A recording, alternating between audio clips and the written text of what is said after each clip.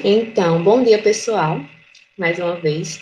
Nossa aula de hoje vai ser sobre medidas de higiene. Na aula passada, a gente viu medidas de conforto e segurança, e dentro dessas medidas de conforto e segurança estavam as medidas de higiene, né? Que são medidas que trazem uma sensação de conforto para o paciente e também trazem segurança, ok? Mas hoje a gente vai adentrar um pouco mais especificamente nessas medidas de higiene, voltado para o higiene pessoal.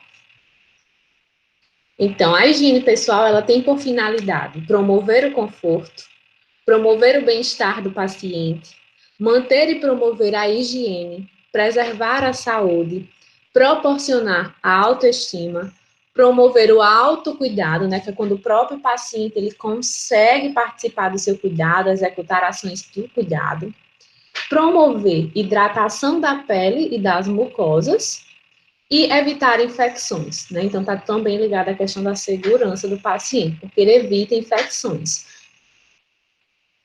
Os cuidados de higiene, eles incluem atividades de limpeza e higiene pessoal, que mantém a limpeza pessoal e a aparência do corpo.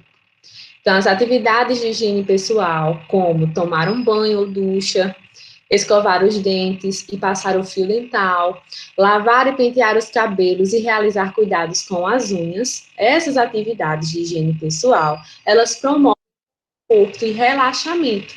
Uma autoimagem positiva do paciente, ele vai ter uma autoimagem positiva dele mesmo, né, ao se ver com os cuidados de higiene, uma pele saudável e ajuda a prevenir infecções e doenças. Os indivíduos saudáveis satisfazem suas próprias necessidades de higiene, contudo, quando eles estão doentes ou com problemas físicos ou emocionais, muitas vezes exigem certo grau de assistência aos cuidados de higiene. Então, quando a gente está saudável, o que é que aqui está querendo dizer? A gente consegue, né, realizar nossos próprios cuidados de higiene, mas muitas vezes esses pacientes que eles estão internados, pacientes que estão acamados, estão nos serviços de saúde acometidos por alguma doença ou mesmo em seu domicílio, eles precisam de um auxílio para realizar essas medidas, essas ações de higiene. Então, quais são os fatores que influenciam a higiene, né, de uma pessoa? As práticas sociais podem influenciar, as preferências pessoais da pessoa podem influenciar nas práticas de higiene dela, como a quantidade de vezes que ela toma banho, a quantidade de vezes que ela escova os dentes, a imagem corporal, né? Então, às vezes, a pessoa, você vai ver o paciente, muitas vezes ele está mais decaído, o emocional dele, ele está afetado, então, às vezes, ele desleixa um pouco com os cuidados de higiene. As condições socioeconômicas interferem diretamente nas práticas de higiene. Crenças de saúde e a motivação que faz aquela pessoa ela ter uma prática de higiene. As variáveis culturais, né? Existem culturas onde as pessoas têm hábitos de tomar mais de um banho por dia, outras que tomam um banho por dia, outras que intercalam os dias de banho.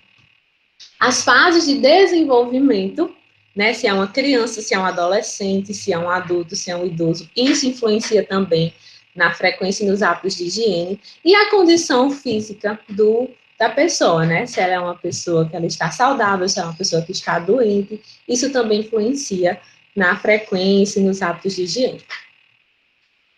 Então, a higiene pessoal, ela é um dos momentos para a promoção da relação de cuidado terapêutico e proporcionar orientações e aconselhamentos necessários ao paciente. Por isso que a gente falou na aula passada, quando a gente estava preparando o leito, a questão que muitas vezes o preparo do leito, a higiene pessoal do paciente, né, quando ele está internado, acamado, ela termina, muitas vezes, acontecendo de que modo no serviço de saúde? O acompanhante é quem fica ali, assumindo aqueles cuidados que não são deles, né? São cuidados da enfermagem. O acompanhante, ele pode sim ajudar, mas a gente não pode demandar essa atribuição para o acompanhante. E por que não, gente? Porque o banho no leito, ele é um momento muito importante de cuidado. Ele faz parte do cuidado. E é nessa fase do banho do leito, onde a gente aproveita para conhecer melhor o paciente, identificar algumas situações de risco que o paciente está ali exposto, como uma lesão de pele, né, alguma alteração no paciente, um desconforto, e a gente presta os cuidados, previne que coisas se agravem futuramente no estado geral desse paciente. Então, durante as atividades de higiene pessoal, do banho, por exemplo, da higiene oral, a gente tem que integrar atividades de enfermagem, que são elas, né? O que é que vem se orientando, o que é que a gente deve fazer? A gente deve fazer avaliações, né, do estado desse paciente e intervenções. A gente deve, sempre que possível, fazer exercícios de amplitude de movimento, né, fazer movimentação das articulações desse paciente, caso ele não tenha nenhuma limitação, nenhuma contraindicação, porque aquele paciente, ele está acamado ao leito, né, ele está acamado, ele está restrito ao leito. Se ele não fizer essa movimentação, isso pode causar alterações musculoesqueléticas nele. Ele pode apresentar maior rigidez, dificuldade de movimento, futuramente pode estar muito tempo acamado. Então, a gente pode estar implementando esses exercícios de amplitude de movimento, que chamam. A gente pode estar realizando curativos nesse paciente e a gente está a todo momento realizando a inspeção, que é uma daquelas etapas do exame físico, que a professora Anne falou nas primeiras aulas. A inspeção, que é inspecionar, é estar ali observando, procurando. Então, durante os cuidados de higiene, a gente deve, né? O que é que se deve fazer? Preserve o máximo possível a independência do paciente. O paciente, se ele puder ajudar, se ele conseguir fazer as práticas de higiene dele, os cuidados, ele que deve fazer. A gente tem que promover o autocuidado, ele se cuidar. Caso aquele paciente não consiga, tenha mais debilidade, restrição, a gente faz, ou então a gente auxilia para aqueles que têm, que faz mais parcialmente a atividade, né, o cuidado de higiene. Avalie a sua capacidade para realizar os cuidados de higiene. Então, a gente tem que estar avaliando esse paciente, ele consegue, até que ponto ele consegue, né? Fazer uma higiene oral, tomar um banho. Garanta a privacidade e transmita respeito e promova o bem-estar físico. Então, o que é que a gente deve estar fazendo? A gente também deve, durante o banho, isso aqui é bem curioso, evitar massagens em áreas avermelhadas. Vocês sabem, imaginam por que a gente deve evitar massagens em áreas avermelhadas? Assim, se a área ela já está avermelhada, aquilo é um provável risco, é um estágio inicial de uma lesão de pele. Se ali eu fico estimulando, mesmo com massagem, mas a gente faz a fricção, eu posso estar acelerando o processo de ruptura dessa pele. Então, nas áreas avermelhadas, a gente não faz a massagem, tá bom? Informar a enfermeira sobre os primeiros sinais e sintomas de integridade da pele prejudicada. Se eu observo uma área de vermelhidão, uma área de palidez, aquilo já são primeiros sinais e sintomas de integridade da pele prejudicada. E aí eu tenho que informar, eu tenho que, além de informar, relatar, eu tenho que registrar nos meus registros de enfermagem. Relatar se o paciente apresentar fadiga, falta de ar ou dor durante os cuidados de higiene. Então, por isso que é tão importante. Muitas vezes o paciente, no cuidado de higiene, ele se mostra fatigado. Ele sente falta de ar, ele pode sentir, e pode apresentar dor em alguma região específica. Por isso que a gente não pode jamais delegar o cuidado de banho ao acompanhante. Porque o acompanhante, por melhor que ele tenha, as mais boas intenções que ele tenha, mas ele não tem aquela visão, aquele olhar que a gente que é profissional de saúde tem. Então, quais são os principais tipos de cuidado de higiene, né, os procedimentos? Existe a higiene do couro cabeludo, a higiene bucal, a higiene íntima, o banho, de modo geral, e também existe a tricotomia. São alguns tipos de cuidados de higiene pessoal. Quando a gente fala de banhos, também eles são classificados por tipos de banho. Existe o banho de aspersão, né, que é aquele banho de chuveiro, que o paciente consegue ir para o chuveiro tomar um banho. E aí esse banho ele pode ser com auxílio, né, quando o paciente ele precisa de alguém para auxiliar ele naquele banho de chuveiro, ou sem auxílio, o paciente é totalmente independente, ele vai e toma o banho sozinho. Existe o banho de leito, né, o banho no leito completo, onde a gente faz higiene do couro cabeludo, bucal, a gente faz higiene do corpo todo, higiene íntima, tudo. E existe o banho no leito parcial. Quando é que ele vai ser aplicado esse banho do leito parcial? Porque o banho do leito parcial é a higiene de apenas algumas regiões do paciente. Geralmente é um banho que ele é recomendado naqueles pacientes que eles estão mais acamados, que eles apresentam determinada restrição, não conseguem se movimentar muito, mudar de posição porque ficam fadigados, porque sentem falta de ar. Então, para evitar que a gente movimente muito esse paciente, se existe alguma restrição dessa mobilidade do paciente, a gente faz o banho de leito parcial, que são das principais regiões que precisam ser higienizadas e daquelas que a gente consegue realmente sem causar um dano ao paciente. Existe também o banho de banheira ou de imersão. Existe o banho de saco, banho de viagem. Como é esse banho? Esse banho é um banho que geralmente ele não utiliza a água em si. Existem hoje alguns produtos que são tipo lenços umedecidos, que ele já vem com produtos para higiene e hidratação da pele, onde você faz exatamente essa higiene e hidratação, são produtos, né, hospitalares, quem vende são empresas hospitalares, e eles evitam o enxágue. Não é muito comum a gente ver aqui no Brasil, mas já existem empresas que vendem. Eu estava até lendo ontem uma reportagem, uma enfermeira, ela colocou embaixo, né, como um comentário, uma reportagem falando sobre banho no leito, e ela colocou que era representante de um desses produtos que evitam, né, a questão, o banho se torna mais rápido, esses lenços, eles já hidratam, limpam e hidratam a pele, que é bem interessante, o banho é mais rápido, menos desconfortável para o paciente, e evita o enxágue, né, que o enxágue, muitas vezes, ele realmente é um pouco complicado na hora que a gente vai dar o banho no leito. Não pode molhar muito o paciente, tem que ter todo esse cuidado. Então, é bem interessante. Provavelmente vai ser uma técnica, nessa parte do banho de saco ou banho de viagem, uma técnica mais aderida com o passar dos tempos, principalmente para aqueles pacientes mais complicados. Aqui.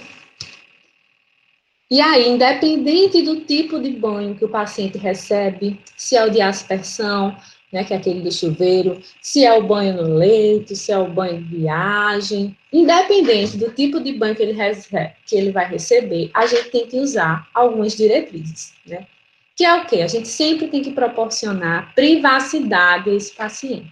Então, quando a gente vai dar o banho, promover privacidade, colocar o ambu, ou fechar a porta se for no quarto, né? Não despir totalmente o paciente, expor as partes do corpo, o corpo dele por completo, apenas a parte que está sendo realizada, a limpeza, a higiene. A gente tem que manter a segurança do paciente, então ter sempre cuidado com as grades elevadas do paciente, né, da cama do paciente, para evitar quedas. Manter o aquecimento. O aquecimento, muitas vezes, quando a gente vai dar o banho, é ideal que a gente feche a janela, possível, feche as portas para evitar as correntes de ar desse paciente, não molhar o paciente por inteiro, né? Por isso que é interessante por partes, vocês vão ver como são as etapas do banho. A gente tem que promover a independência desse paciente. A independência desse paciente é no sentido, se eu observo que o meu paciente, ele tem capacidade de realizar a higiene pessoal dele sozinho ou com auxílio, eu vou promover essa independência dele. É importante para realizar o autocuidado. E a gente tem que antecipar as necessidades, né? O paciente, muitas vezes, antes mesmo dele pedir para tomar o banho, pedir para realizar a higiene oral, a gente tem que antecipar essas necessidades dele. Aí o paciente tem que pedir a comadre para fazer xixi, a gente sempre tem que estar ali atento. Você quer a comadre? Quer o urinol, né? O papagaio? Vamos realizar a higiene oral, está estimulando ele a realizar essas práticas de higiene. Então, vamos para falar um pouco sobre cada tipo de práticas de higiene pessoal. Vamos falar sobre a higiene, primeiramente, a higiene dos cabelos e do couro cabeludo. O que é, né? É a realização da higiene dos cabelos e do couro cabeludo em clientes dependentes da enfermaria ou acamados. Geralmente, a gente realiza essa higiene, né, bem no próprio leito do paciente. E, hoje em dia, existem alguns kits de banho no leito, né, que vem com suporte bem interessante, bem anatômico para a gente acomodar a cabeça do paciente, mas não é a realidade comum que a gente vê nos serviços de saúde. Então, geralmente a gente utiliza mesmo a bacia ou um saco com lençol. A gente vai mostrar para vocês como são essas técnicas, que também dá para fazer higiene do couro cabeludo, dos cabelos tranquilamente. A higiene do cabelo e couro cabeludo, ela não é realizada todos os dias, né, como acontece com o banho mesmo, o banho é todos os dias. Vai depender da necessidade, né, e da observação do grau de oleosidade do cabelo daquele paciente, de alinhamento. Então, tudo isso a gente avalia para ver com que frequência deve estar sendo realizada a higiene dos cabelos e couro cabeludo. Quais são os objetivos? Prevenir o aparecimento de parasitas e infecções, os piolhos, as lendas, né? Infecções no couro cabeludo, lesões. Promover o conforto e o bem-estar do paciente. Estimular a circulação nessa região, principalmente do couro cabeludo, porque muitas vezes o paciente fica acamado, passa horas ali naquela posição, e aí, quando ele fica muito tempo naquela posição, vai ocorrer uma pressão, né, nessa região de cabeça e do couro cabeludo. O que é que acontece? Diminui a circulação e muitas vezes esse paciente ele tem uma queda acelerada dos fios de cabelo. Acontece a alopécia, né, que é a queda do cabelo exageradamente. E começa, né, a aparecer aquelas regiões mais de calvície, pode acontecer isso com o paciente. Remover a sujidade do couro cabeludo. Um dos objetivos também dessa higiene de cabelos e couro cabeludo é promover a autoestima por meio da melhora da aparência. Tão bom, né, gente? A gente lavar os cabelos ficam bonitos, dá uma sensação de bem-estar. Imagine para o paciente que está ali acamado. Quais são os materiais necessários? EPIs, né? Geralmente, quando a gente vai dar o banho no leito, a gente utiliza dos EPIs principais o avental e as luvas, né? Para a gente estar ali manipulando esse paciente. Shampoo, um jarro com água morna, então é sempre importante a gente amornar a água, porque a gente tem que prevenir também, né? A questão da temperatura do paciente. Uma bacia, um balde, né? Se necessário, e um forro permeável. Sempre que possível, a gente utiliza um forro permeável aqui nessa região sobre a cabeça, para evitar que esteja molhando tanto os lençóis e colchão. A gente precisa de algodão para proteger os ouvidos. A gente faz a bolinha de algodão para proteger o ouvido quando a água desce. Pente ou escova, toalhas de banho, hamper para colocar, né, a roupa suja, um saco plástico e um biombo, para manter a privacidade. E aí, como é o procedimento?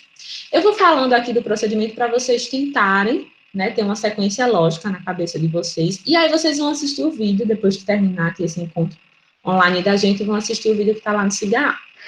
Primeiro, identifique o paciente com pelo menos 2 indicadores, né, lembrando lá da aula de identificação do paciente.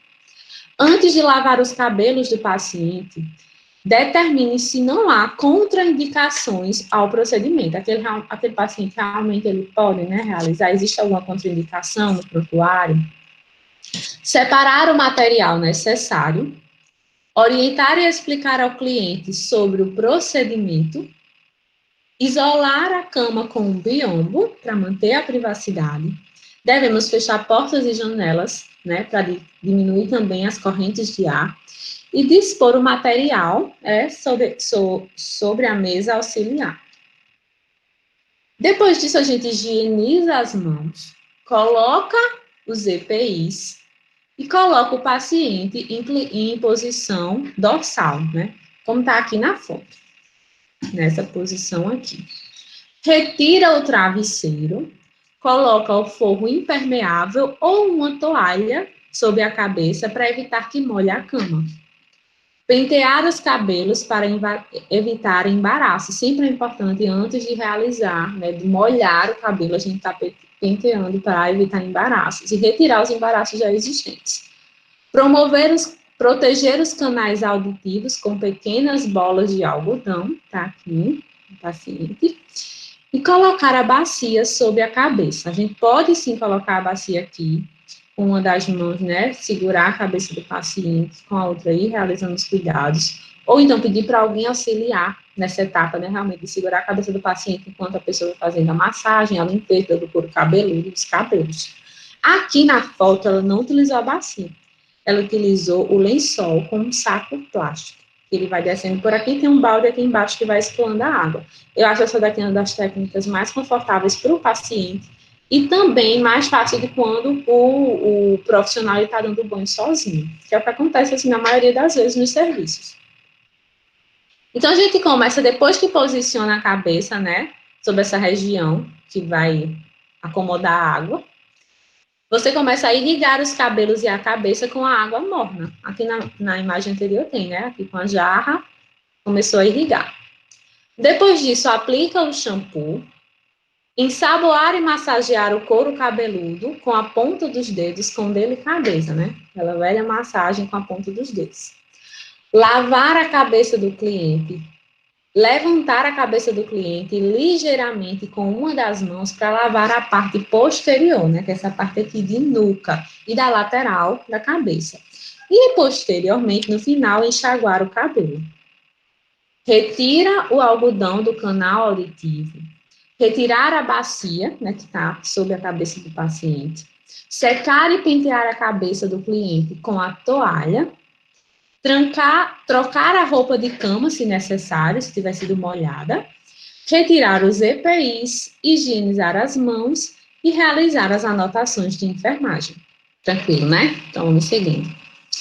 Vamos falar agora um pouco da higiene oral. O que é a higiene oral? É a remoção mecânica, né, por fricção, da sujidade da cavidade oral para garantir a limpeza, a higiene e o bem-estar do cliente. Quais são os objetivos da higiene oral? Proporcionar conforto, bem-estar e higiene, promover autocuidado por meio de hálito saudável, evitar infecções nessa região oral, favorecer higiene da cavidade oral, prevenir acúmulo de secreções, crostas e odores desagradáveis e evitar as cáries dentárias. Quais são os materiais necessários para realizar a higiene oral? Uma bandeja, né, contendo creme dental, solução antisséptica bucal, né, um antisséptico bucal, escova de dente ou espátula revestida com gaze, ó, tá aqui a foto. Se não tem escova de dente, muitas vezes a gente faz isso aqui, pega uma espátula de língua, coloca a gaze na ponta e fixa aqui com esparadrapo. Isso ajuda bastante na higiene oral do paciente, principalmente naqueles que não têm escova, naqueles que estão com mais debilidade, para a gente realizar escovas mais acamadas. A gente coloca um copo com água, a cuba rim, que é essa cuba aqui em formato de rim que auxilia, né, quando ele coloca água na boca, que a gente pede para ele bochechar, aí ele pede para ele soltar aqui na cuba rim, pode ser assim ou num copo, descartável também. A gaze, toalhas, e os EPIs. Então, como é o procedimento de higiene oral, ou higiene bucal? Separar o material necessário, orientar ao cliente sobre o procedimento, isolar a cama com biombo, dispor do material sobre a mesa auxiliar, higieniza as mãos, coloca os EPIs, né? Que aqui já estava, calçar a luva de procedimento. É importante, gente, na higiene oral, muitas vezes o paciente está acamado, o banho tem que ser no leito, mas na fase de higiene oral ele consegue, mesmo que parcialmente. Então, sempre esteja pedindo para ele realizar. Se ele consegue, ótimo. Se ele consegue parcialmente, você vai auxiliando, pega na mão dele, realiza a limpeza das áreas que ele não conseguiu alcançar. Por quê? Porque a gente começa a estimular o autocuidado. Não a gente sempre fazer por ele. A gente faz por ele quando ele não consegue, né? Quando ele tem uma limitação, quando ele consegue, está estimulando isso. Então, depois que a gente coloca os EPIs, a gente deve posicionar o paciente na posição de Fowler, que é aquela posição de aproximadamente, a de Fowler 45 graus, né? Semi-Fowler 30 graus. Então, você está posicionando entre Fowler e semi-Fowler, mas a Fowler é melhor, que ele vai ficar mais sentado, né? Então, é mais confortável para ele. E se for impossível, um paciente que está acamado, né, gente, está inconsciente, que a gente tem que realizar a higiene oral do paciente que está inconsciente. Paciente entubado, está sedado. Aí a gente vai lateralizar a cabeça desse paciente, vai realizar, ou a gente, se ele conseguir, a gente lateraliza o corpo todo. A gente lateraliza para prevenir a broncoaspiração, o engasgo desse paciente, a descida de fluido para os pulmões. né? Então, isso é um dos maiores riscos quando a gente vai fazer higiene oral do paciente que está inconsciente, está sedado, né, que não está colaborativo com o cuidado de higiene. Colocar a toalha sobre o tórax do paciente, né, para evitar que molhe. Colocar o creme dental na escova ou espátula, umedecer com água e colocar o antisséptico em um copo. Iniciar a limpeza no sentido da gengiva para os dentes, em movimentos circulares. Depois, o palato, né, que é essa parte de cima do assoalho da boca da gente. A face interna das bochechas, nessa parte de mucosa. E a língua, por último, a língua. Acomodar o cliente, retirar os EPIs, higienizar as mãos, realizar as anotações de enfermagem, né, tudo que a gente observa durante essa higiene oral e checar a prescrição. O banho. Quais são as finalidades do banho? Proporcionar conforto e bem-estar, estimular a circulação sanguínea em todas as áreas do corpo, principalmente aquelas áreas que ficam mais sobre o colchão, né, a parte dorsal. Remover sujidades aderidas à pele e odores desagradáveis.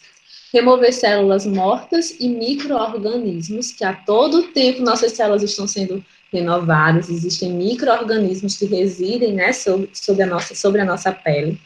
Favorecer a avaliação do estado da pele, as funções motoras daquele paciente, de mobilidade. Interação com o cliente, é um momento que a gente interage, né, cria um vínculo paciente-profissional e promover o autocuidado daquele paciente. Então, o banho, ele proporciona bem-estar, ele melhora da circulação, ele remove as sujidades, ele abre os poros e também é uma ótima oportunidade da realização do exame físico, né? Porque a gente consegue ver todas as partes do corpo do paciente detalhadamente, por inspeção.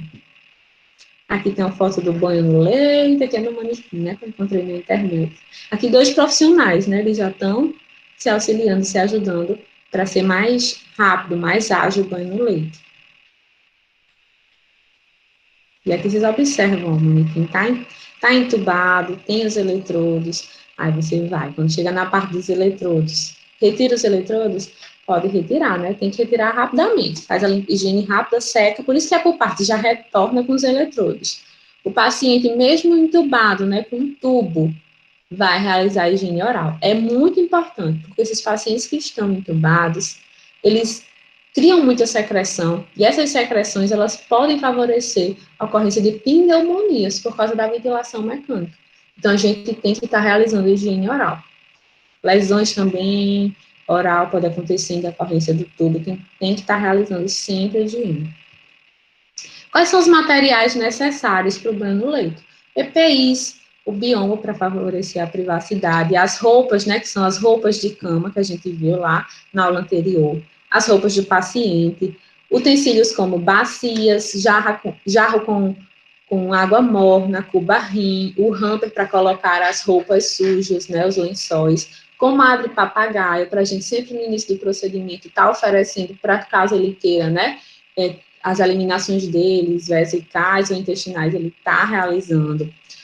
A gente precisa de materiais para tricotomia, né, que é o aparo ou retirada dos pelos, caso exista necessidade. Material para higiene oral e do couro cabeludo, cortador de unhas, né, se esse paciente realmente necessitar e tiver indicação para realizar o corte das unhas. Algodão, saco plástico, sabonetes, desodorantes e creme hidratante, né, que são os materiais de higiene pessoal do paciente. E esses são os principais materiais. Agora, a gente vai tentar ver um passo a passo do procedimento, tá bom? Como eu disse, eu vou falando aqui, aqui a fala é uma sequência mais direta, mas quando vocês observarem o vídeo, vocês vão entender. Assistam o vídeo que está no CIGA. E quarta-feira da próxima semana, a gente vai fazer aquela aula de laboratório mostrando passo a passo lentamente, tá bom? Então, como é o procedimento? A gente primeiro tem que verificar se há alguma restrição desse paciente ao banho completo no leito, né? Que aqui a gente está falando do banho no leito especificamente, que é aquele onde o paciente depende mais de gente. Se existe alguma restrição para o banho completo, se vai ser um banho parcial, né? Como é que se existe alguma restrição para esse paciente de mobilidade, se é um paciente que tem fadiga, que cansa muito, sente alta falta de ar durante o banho, tudo isso tem que ser prestado atenção antes de iniciar o procedimento. Higienizo as mãos, separo e organizo o material necessário para o banho. Vou, né, me direciono até a enfermaria, a unidade do paciente. Vou orientar e explicar ao paciente o procedimento. Solicito a ajuda de outro profissional, caso esse paciente ele tenha, né, alguma limitação. Vou fechar a porta e janelas, né, portas e janelas, para garantir privacidade e também diminuir as correntes de ar, pode causar uma hipotermia nesse paciente. Reunir e dispor o material na mesa auxiliar. Cercar a cama com um biombo, para promover a privacidade. Colocar o hamper na porta do quarto, para ficar colocando as roupas, né, os lençóis de cama sujos. Colocar a rama no espaldar, colocar a roupa de cama no espaldar da cadeira em ordem de uso, naquela ordem e as dobras igual a gente fez na aula anterior.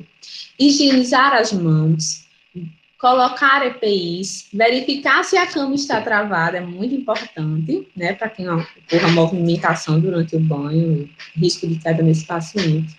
Soltar as roupas de cama, porque as roupas de cama elas não ficam embutidas, a gente já solta aquelas roupas de cama, oferece a comadre ou o papagaio para o paciente, caso ele já queira, né, fazer xixi, fazer as necessidades fisiológicas dele, para que isso não ocorra durante o banho, a gente sempre oferece antes. Colocar o cliente em posição de Fowler, né, 45 graus, ou semi-Fowler também. Baixar a grade lateral. Sempre a gente baixar a grade lateral do lado que a gente está, nunca o oposto, né? Que é para facilitar os nossos cuidados, quando a gente tem que sair, eleva a grade. Realizar a higiene oral do paciente. Começa com a higiene oral, né? A gente coloca a água morna no jarro, realiza a higiene oral. Depois a gente vai realizar a higiene do rosto do paciente, né? Higienizar a área dos olhos. Como é que eu higienizo os olhos? É bem simples, gente. Você vai pegar uma gaze, ou com água mesmo, ou pode ser com soro fisiológico. E você vai realizar a limpeza sempre do canto interno do olho, em movimento sentido unilateral, do canto interno para o canto externo, com o paciente com o olho fechado, claro, né? Porque geralmente a gente acorda, fica a secreção, a gente limpa dos dois olhos, pronto, descarta a gaze. Higienizar com sabonete, né, o rosto, caso o paciente ele queira, você sempre tem que perguntar se o paciente ele prefere algum produto, se ele tem algum produto para higienizar o rosto dele, se pode ser com sabonete, se ele não quiser, você realiza mesmo com água morna. Enxaguar e secar a face.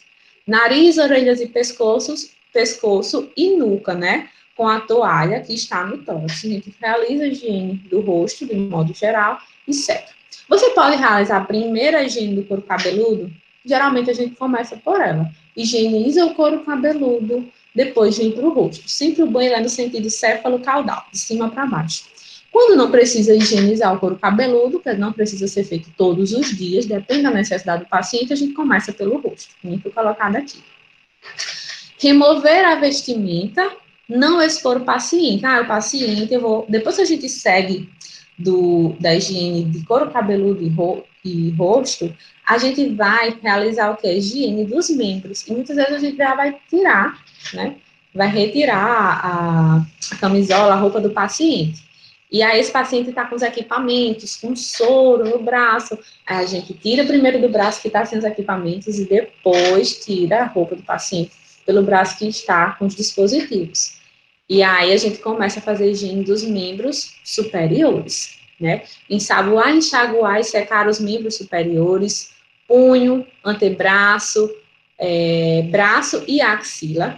Higienizar as mãos do paciente e colocá-las na bacia e enxaguando depois. Sempre que possível, a gente pede para ele mesmo higienizar as mãos, né? A gente começa realmente dos braços até a região de axila e, por fim, pede para ele higienizar as mãos. Se ele não conseguir, a gente realiza. E sempre é assim, gente, a gente pega uma compressa, né? Uma compressa com sabonete, o material que ele usar, geralmente é um material do paciente, pessoal dele, e a gente realiza, né, a higiene, depois vem com uma compressa úmida em água e retira. Enxágua é dessa forma, não é jogando, porque senão vai molhar muito o leito. Lavar e enxaguar e secar o tórax anterior. Então, depois de membros superiores, a gente vem para a região de tórax. Aí a gente vem daqui da região de cima até embaixo, sem fazer da região íntima, ok? A gente realmente começa até aqui a parte infraabdominal. Cobrir o tórax e abdômen com lençol, né? Depois que eu realizo essa higiene, eu cubro. Higienizar, lavar e enxaguar. Secar os membros inferiores e extremidades distal. Então, depois que eu realizo a higiene dessa parte de cima, sem higienizar ainda a parte íntima, que ela vai ser depois, eu já parto para os membros inferiores. Então, realizo a higienização dos membros superiores, sempre do distal para o proximal. Como, professora? Você vai começar lá do calcanhar, subir para a panturrilha e vir para a coxa. Por último, você faz a dos pés. Mas por que é importante sempre de baixo para cima? Porque você vai estimular, favorecer a circulação desse paciente que está acamado e o sistema linfático dele, o sistema venoso dele fica também mais lento. Então, você está promovendo, né, a circulação, estimula a circulação. Depois que você realiza a higiene dos membros inferiores, você vai iniciar a higiene íntima, né? A região de genital e do períneo, região perineal, que é essa região aqui entre a genitália e o ânus, ok? Então, primeiro, colocar o paciente na posição adequada. Quando é mulher, a gente faz a flexão dos joelhos, né? Eu coloco aqui numa posição ginecológica, para expor melhor a região, né, da vulva, da vagina da mulher para realizar essa higiene. No homem é menos necessário, né? Não precisa fazer essa posição ginecológica, a gente realiza a higiene e depois pede só para ele abrir um pouco mais a perna para a gente realizar a limpeza do períneo, tá bom? Mas não é necessário exatamente fazer a posição ginecológica no homem. A gente coloca a comadre sobre as nádegas do paciente. Por quê? Porque nessa parte da higiene íntima é importante a gente irrigar realmente com água, conforme a gente fez no couro cabeludo. A gente não vai só apenas passar a compressa com sabão e depois a umedecida em água para fazer o enxágue. É importante a gente irrigue com água essa região. E aí, se o paciente ele for capaz, né, de fazer a higiene da região íntima sozinho, a gente orienta ele na realização, a gente pede que ele faça, às vezes ele consegue, ele prefere, porque para ele já é uma região mais íntima, né, ele tem o fator da vergonha, que interfere ali. Se ele consegue, a gente só inspeciona, né, para ver se está sendo feito tudo certinho, e fica lá auxiliando ele nessa etapa. Nas mulheres, como é feito a realização? Existe uma sequência para higienizar. Nas mulheres, a gente começa, né? A gente vai expor, né, os grandes lábios aqui. A gente realiza a higiene de grandes lábios primeiros, que é essa parte de fora. Pequenos lábios, aí o meato urinário está aqui. Realiza do meato urinário e, por fim, do orifício vaginal. Por que tem que ser nessa sequência, professora? Porque a gente sempre limpa do mais limpo para o mais contaminado. Teoricamente, na gente que é mulher, a região mais contaminada seria o orifício vaginal, porque dentro da nossa vagina existem os micro-organismos que são próprios, né, da região, existem fungos, existem as bactérias, que não fazem mal para a gente, mas que se eles forem levados, por exemplo, aqui se a gente fizesse o inverso do orifício vaginal para o meato urinário, ele pode sim causar alguma infecção urinária na gente. E aí, por isso que a gente sempre faz grandes lábios, pequenos lábios, de fora para dentro. Meato urinal desce para o orifício vaginal. Nos homens, é diferente essa sequência. É meio que de dentro para fora, é o contrário. A gente primeiro vai, se o paciente ele não for circuncisado, né? Que é quando o prepúcio, ele não consegue, a pele do prepúcio, ele não consegue expor, né, quando a gente puxa, não consegue expor toda a glândula, seria aquela região de cabeça do pênis, né, comumente falado. Então, a gente não vai fazer isso para não forçar, não machucar o paciente, mas se ele não for circuncisado, a gente vai expor, né, retrai o prepúcio, vai retrair, expor a glândula, e a gente vai começar de dentro para fora. Primeiro, o meato urinário, que é de onde sai a urina, né, glande, corpo do pênis e escroto, né, que é onde ficam os testículos, o saco escrotal. E aí, ó, utilize sempre movimentos circulares para limpar a ponta do pênis, né, que é exatamente essa região, por ficar coberta pelo prepúcio, onde existe mais acúmulo de micro-organismos e pode causar infecção nesse paciente. Pacientes que estão com sonda, a gente tem que ter muito cuidado, sempre realizar essa retração quando possível e higienizar bem essa região de glande, ok? Em movimentos circulares. Limpar sempre no sentido uretra para a região perineal, nunca o contrário, nunca trazer primeiro da região anal, região perineal, para a uretra, porque a gente pode estar levando micro-organismos e causar infecção urinária nesse paciente. Enxaguar com água morna, trocar as luvas de procedimento, retirar a comadre, secar e passar pomada, se necessário, né, se esse paciente tiver algum risco de lesão nessa região, assaduras, e colocar a fralda. Posicionar o paciente em decúbito lateral, ou seja, depois que eu termino a limpeza de toda essa região da frente do paciente, vai ficar faltando a parte das costas e a região anal, né, essa região toda total das costas. Então, eu vou lateralizar esse paciente. Aí, eu vou forrar a cama com a toalha, lavar, enxaguar e secar a região dorsal. O paciente já está aqui lateralizado, realizou a limpeza, está aqui o profissional realizando a limpeza. Aqui, a gente já vai retirar desse lado os lençóis de cama, lembra? Como a gente fez na troca dos lençóis, já vai colocando sobre o paciente, realiza a limpeza e desinfecção do colchão e começa a colocar a roupa que está limpa, né? Trocar os lençóis. Retorno o paciente para esse lado, depois de trocar os lençóis, e vou realizar a troca dos lençóis do outro lado do paciente, para a cama ficar pronta. Então, posicionar o paciente em decúbito dorsal e colocar a comadre ou papagaio para realizar a higiene íntima. Isso aqui, gente, eu vou retirar. Eu tinha deixado sublinhado para eu retirar, porque a gente falou da higiene íntima anteriormente. Por quê? Porque alguns livros de enfermagem, eles trazem que a higiene íntima ela é realizada depois que você realiza as costas e a parte do ânus e troca os lençóis.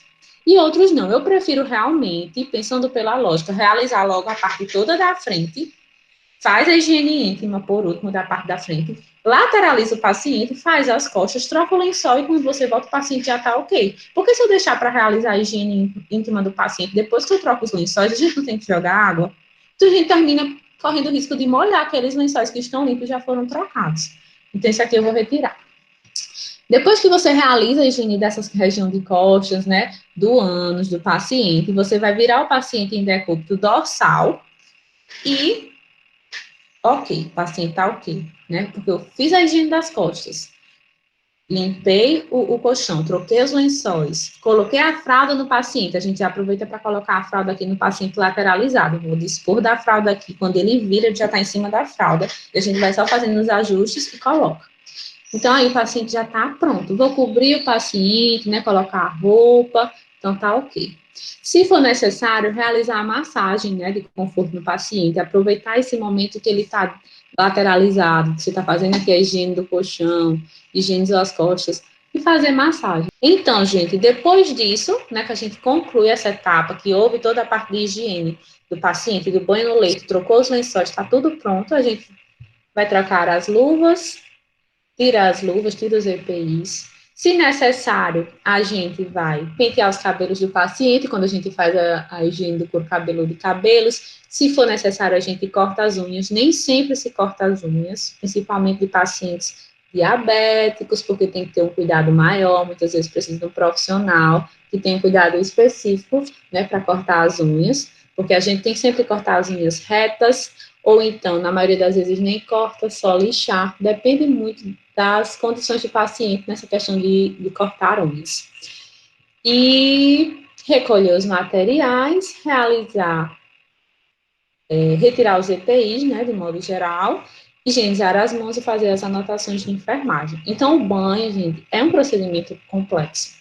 Embora muitas vezes a gente veja o banho ele ser meio que demandado para o acompanhante, né, a enfermagem por questões, acredito que realmente de muitas demandas de trabalho, ser um procedimento que requer tempo, termina sendo atribuído ao acompanhante, mas isso é muito errado, porque a gente vê a importância que existe ao você fazer o cuidado de banho, né? A gente inspeciona, a gente orienta, a gente observa fatores de risco daqueles pacientes. Existe eu vou procurar aqui depois para vocês mostrar uma reportagem que saiu semana passada, falando de pacientes que ficam em UTI. E esses pacientes em UTI foi observado a quantidade de eventos adversos, né, de ocorrência de erros que geravam danos a esse paciente no procedimento de banho no leito, por causa do banho no leito. Então, é altíssimo. Eu vou terminar aqui a aula, eu vou procurar essa notícia e mostrar para vocês. Então, seguindo. A higiene íntima, né? Quais são as indicações quando deve ser realizada? Após as eliminações vesicais intestinais, após troca de fralda, deve estar sendo realizada. Antes de realização do cateterismo vesical, que é quando a enfermeira vai colocar a sonda no paciente. O cateterismo vesical é um procedimento privativo do enfermeiro, então ele faz, né? Ele realiza a higiene íntima e posteriormente faz a introdução do cateterismo vesical. E ela também é realizada para promover o conforto e higiene dos pacientes acamados. Outro cuidado de higiene é a tricotomia, que é a remoção dos pelos ou cabelos de uma determinada região do corpo. Consiste em medida para reduzir as infecções de sítio cirúrgico, ou seja, da região onde vai ser realizada uma cirurgia. Então, previne essas infecções. Então, geralmente, o paciente vai ser submetido a uma cirurgia na região de crânio. Aí se realiza a tricotomia para fazer a incisão cirúrgica, porque os pelos ali presentes, eles vão favorecer a possibilidade de infecções. Ela é utilizada em alguns casos para visualização do campo operatório, né? Melhor visualização também, importante realizar. E deve ser realizada até 2 horas antes da cirurgia, com tricotomizadores elétricos ou tesouras. Importante. Quais são as indicações? Além das indicações cirúrgicas, ela também é utilizada na região perineal, tricotomia facial, né? Muitas vezes no banho, o paciente, ele quer se barbear, e a gente vai realizar assim, né? Com a lâmina ou com barbeador elétrico, e é importante o cuidado com o manuseio desses equipamentos. Ela é indicada para visualização de alguma região a ser realizado um procedimento. O paciente, a gente vai realizar uma punção venosa no paciente. O paciente, ele tem muitos pelos nessa região aqui, de antebraço.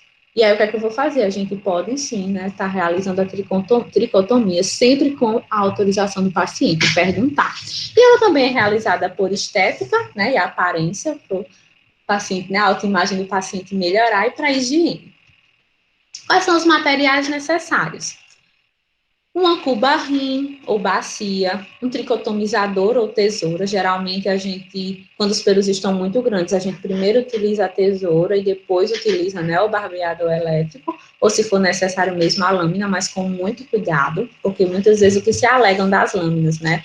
Já tiveram vários estudos contraindicando o uso de lâminas, porque querendo ou não, por mais que a gente não veja, quando a gente utiliza a lâmina, ela causa pequenas fissuras na pele da gente. Ela causa pequenas lesões. E isso ocasiona uma exposição da nossa pele, né? Vai estar aberta para alguns micro-organismos, que alguns micro-organismos podem adentrar ali.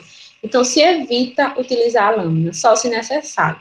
Claro que você vai barbear o paciente. Aí você vai utilizar a lâmina, né? Com todo cuidado. O paciente gosta, realmente não gosta de ficar sem nada, a gente utiliza. Mas os procedimentos cirúrgicos, sempre que, quando, se possível, né, eles não orientam a utilização da lâmina em si, mas o barbeador elétrico.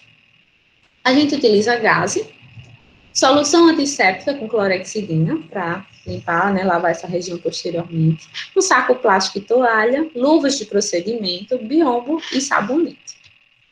Como é que é feita, né? Qual é o passo a passo da tricotomia? Verificar o procedimento em prescrição, né? Conforme a indicação, se realmente foi prescrita aquela tricotomia. Separar o material necessário, orientar o cliente sobre o procedimento, isolar a cama com o biombo, dispor o material em mesa de cabeceira, higienizar as mãos, calçar as luvas de procedimento, posicionar o cliente e expor a área que vai ser realizada a tricotomia. A gente coloca a toalha, o impermeável, sobre a região onde vai ser realizado, cortar o excesso de pelo, né? Aquilo que eu disse, tem muito pelo. Primeiro eu corto com a tesoura, depois eu passo o tricotomizador. Aplicar creme ou sabonete no local, geralmente a gente indica mesmo o creme de barbear. E o sabonete, ele dificulta um pouco mais, né, do que o creme facilita bastante. Realizar a tricotomia em movimentos leves. Manter o pelo firme no sentido do nascimento do pelo. Então, a gente nunca vai colocar o tricotomizador contra o crescimento do pelo, sempre no sentido do crescimento do pelo, porque contra, a gente pode estar lesionando mais a pele daquele paciente e pode também estimular o encravamento do pelo, viu? Quando a gente coloca contra. Desprezar o pelo no saco plástico, enxaguar o aparelho de barbear frequentemente. Ao terminar a tricotomia, limpar o local com gaze, se possível, encaminhar o cliente para o banho. Trocar a roupa de cama, se necessário, desprezar a lâmina na caixa de pérfuro cortantes, né, se você utiliza a lâmina, retirar luvas e higienizar as mãos, realizar anotações de enfermagem, como a hora, o procedimento, o local da tricotomia, se houve uma lesão na pele, assinatura e carimbo. E aí, gente, eu trouxe aqui essa imagem, né, que ele fala do barbear. É sempre interessante, eles orientam, a gente vai barbear, a gente colocar um pouco a pressão de esticar a pele e realizar, né, no sentido do pelo, a tricotomia. Então, barbeie na direção do crescimento do pelo, use movimentos mais longos nas áreas maiores da face, use movimentos curtos ao redor do queixo e dos lábios. E, geralmente, o próprio paciente, ele diz como é que ele gosta, orienta, como é que está sendo, porque está sentindo. Então, ele orienta realmente nessa parte da tricotomia. Quais são os riscos do procedimento de tricotomia? Risco de infecção, né, por alguma lesão de pele. Lesões de pele. A tricotomia incorreta ou incompleta pode acontecer. Resíduos de pelos sobre a área a ser operada. Então, sempre que você vai fazer a tricotomia para a realização do procedimento cirúrgico, após essa tricotomia, é sempre importante fazer a limpeza, né, com água e o antisséptico que eles utilizam. Os riscos ocupacionais, ou seja, para o profissional, né? Acidente com material pérfuro cortante, né? Existem esses riscos aqui. Higiene pessoal. Cuidados especiais com pacientes inconscientes e debilitados, né? Aqueles pacientes que estão acamados, estão inconscientes.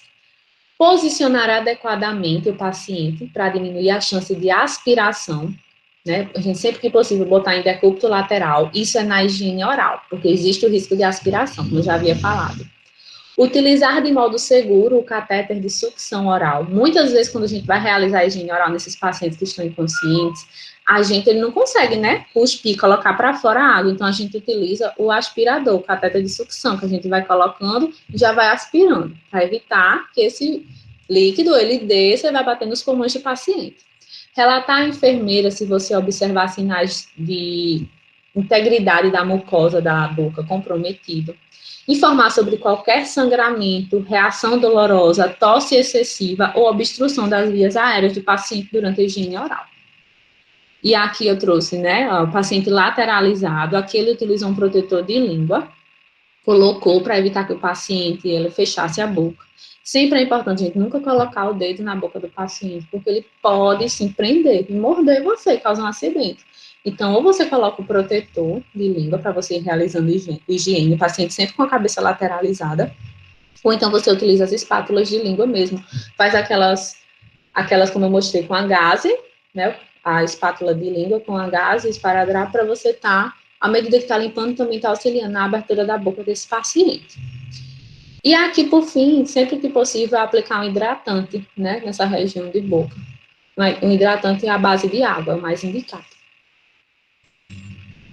Registros de enfermagem, né? Após realizar os cuidados de higiene do paciente, a gente deve estar registrando e relatando também aquilo que nos chamou mais atenção ao médico ou enfermeiro. Então, informe qualquer observação de lesão na pele, a enfermeira ou médico. Relate a intolerância à atividade, a enfermeira, a paciente está com intolerância, ele ficou cansado, ele teve desconforto, a frequência cardíaca dele aumentou muito, a pressão arterial aumentou. É muito importante quando ele é um paciente acamado, mais debilitado, a gente, durante o banho, está realizando aferições tanto da frequência cardíaca, respiratória, como da pressão, tá bom? Para a gente avaliar o grau de fadiga desse paciente, né? Se ele sente desconforto durante aquele procedimento. Registre o procedimento, a quantidade de assistência prestada. O paciente é totalmente dependente, o banho foi realizado totalmente pela equipe de enfermagem. Não, o paciente, ele tomou banho, mas ele auxiliou na higiene oral, na higiene íntima dele, então sempre a gente é importante registrar isso. A participação do paciente no cuidado, a condição de pele e quais achados importantes, né? Se você observou alguma área avermelhada, alguma área de ruptura da pele, alguma lesão, alguma restrição de movimento do paciente, tudo isso a gente tem que anotar. Por isso que o banho no leite é tão importante, tem muitas coisas para serem observadas e anotadas, né? Caso a gente observe. Aqui estão algumas referências.